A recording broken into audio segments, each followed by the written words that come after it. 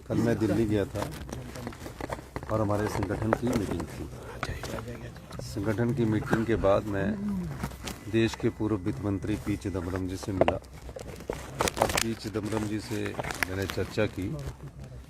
P Chidambaram जी को हमने बताया कि 3 सालों में जो प्रदेश ने व्यवस्था परिवर्तन के द्वारा जो कार्य किए हैं और प्रदेश की फाइनेंशियल सिचुएशन को समझते हुए जो बदलाव किया है उसके बारे में भी मैंने चर्चा की। उन्होंने कहा बहुत अच्छे बदलाव आपने पहले शुरू में ही कर दिए, क्योंकि मैंने उन्हें बताया कि जब मैं मुख्यमंत्री बना अधिकारियों ने मुझे कहा कि आपके ऊपर 76,000-75,000 करोड़ रुपए का कर्ज है और 10,000 करोड़ रुपए की लायबिलिटी है। इन सब लायबिलिटी के बावजूद हमने जो हमारा स्ट्रक्चर है हमारे सरकार का उसमें बहुत रिफॉर्म्स किए, बहुत नियम बदले, बहुत कानून बदले और बहुत व्यवस्था परिवर्तन के द्वारा हमने नए नियमों के द्वारा 3600 करोड़ रुपए का जो पैसा जनता का था वो बहा दिया जाता था, उसको रोके भ्रष्टाचार के चोर तपाजे से जो बहा दिया जाता था, उससे वो खुश भी हुए। फिर मेरी आरडीजी के बारे में चर्चा हुई। उन्होंने कहा कि आरडीजी संविधान के आर्टिकल 271(5) द्वारा दिया गया एक अधिकार है और इसमें हिल स्टेट और छोटे स्टेटों का मैं भी वित्त मंत्री रहा हूँ, हमेशा ख्याल रखा जाता रहा है और उन बड़े राज्यों का भी ख्याल रखा जाता है जिनका इनकम और एक्सपेंडिचर का जो घाटा होता है उनका भी ख्याल रखा जाता है।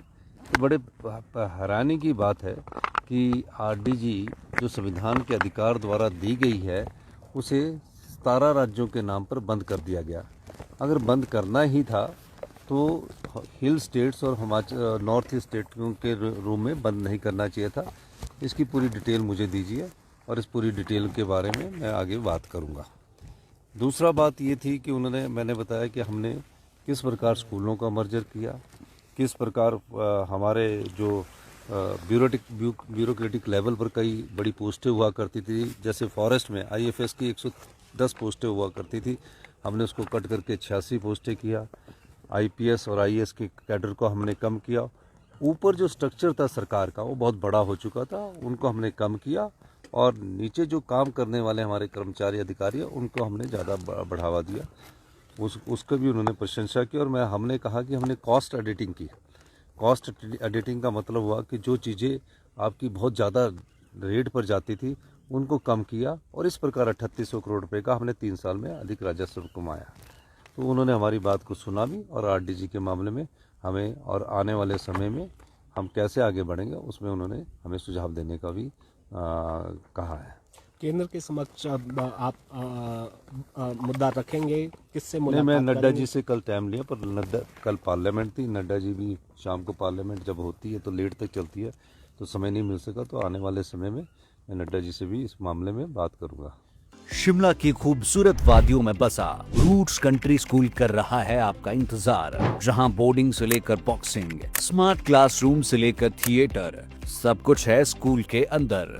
रूट्स कंट्री स्कूल में बच्चे न सिर्फ पढ़ते हैं बल्कि खुद को पहचानते हैं अपने सपनों, आत्मविश्वास और मूल्यों के साथ। एडमिशंस ओपन, तो आज ही विजिट करें रूट्स कंट्री स्कूल, बागी, शिमला।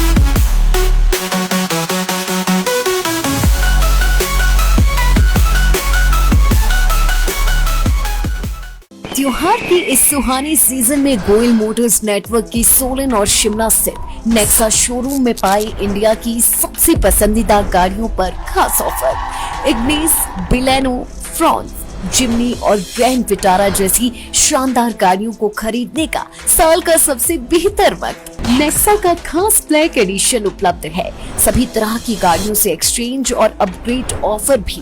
तो देर किस बात की, आज ही सोलन या शिमला में गोयल मोटर्स के नेक्सा शोरूम में पधारे और पाए कार खरीदारी का एक कभी ना भूलने वाला सुखद अनुभव।